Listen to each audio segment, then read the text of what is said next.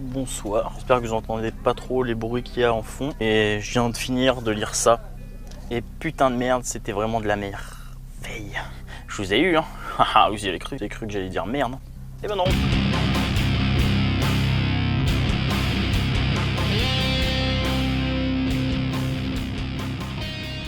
Ça s'appelle Ces jours qui disparaissent. Là, c'est l'édition des 50 ans de Glénat. À la base, la cover, elle est pas comme ça. À la base, je vous montre comment elle est. Quand je vous la montrerai, vous verrez peut-être plus.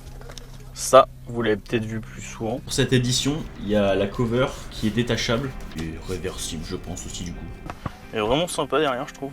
Par contre, ce qui est con, c'est que quand tu l'enlèves, t'as exactement le même. Quoi. Ils auraient pu mettre l'ancienne là, parce que avoir exactement les deux mêmes, c'est un peu con, je trouve. Et en gros, une fois que je me suis mis à le lire, je pouvais plus m'arrêter. J'étais tellement pris dedans que du début à la fin, c'est génial. Bon, la fin, j'aurais préféré que ça se passe autrement, mais c'est vraiment quand même super génial. Les personnages sont super attachants, mais tous, mais vraiment. Ça nous parle de cette personne qui s'appelle Lubin Maréchal,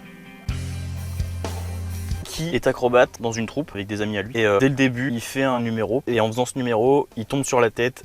Et de là, chaque jour, en gros, il vit un jour sur deux, lui, et un autre jour sur deux, du coup, et ben, il est son alter ego, on va dire. Et du coup, ils vont devoir vivre Et cohabiter comme ça, tous les deux, et on le suit pendant toute sa vie. On suit son cauchemar, quoi, de quand il a ce traumatisme de dédoublement de personnalité jusqu'à pas sa mort, mais presque. Mais pourquoi cauchemar? Cauchemar parce que ça s'empire, on va dire. Et c'est vraiment pas cool ce qui lui arrive. Et les dessins les dessins et le scénario, tout, en gros, c'est de Timothée Le Boucher. Tu vois, j'ai pas grand chose à en dire, tellement j'ai adoré, quoi. Juste courez le lire, quoi. À la base, quand j'avais vu la cover originale que je vous ai montré, je pensais que c'était un truc genre fantastique, je sais même pas comment expliquer, et ça me donnait pas envie. J'ai une pote qui m'en a parlé, qui m'a dit qu'elle avait bien aimé, et du coup, quand je l'ai vu, je me suis dit, bon, allez, on va essayer, hein. Et j'ai adoré, hein. Du coup, Timothée Le Boucher, il a fait un autre truc du plus ou moins même style, si j'ai bien compris, qui s'appelle Le Patient, que j'ai aussi, il faut que je le lise. Mais c'est vraiment super cool, quoi.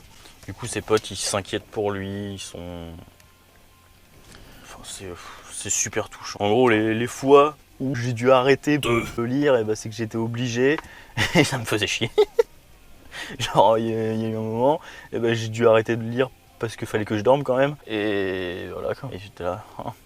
Non, j'ai pas trop envie, mais bon, faut quand même... voilà. Du coup, ça vous faisait de l'œil et que vous hésitiez, mais genre, n'hésitez plus et courez l'acheter, hein. C'est vraiment... Mais c'est trop bien, quoi. Je savais pas vraiment à quoi m'attendre, je savais plus ou moins que c'était un truc avec la schizophrénie, avec un dédoublement de personnalité en tout cas. Et oui, c'est ça. Enfin, je crois que c'est ça. Et moi, je m'attendais vraiment pas à un truc de cette ampleur, on va dire.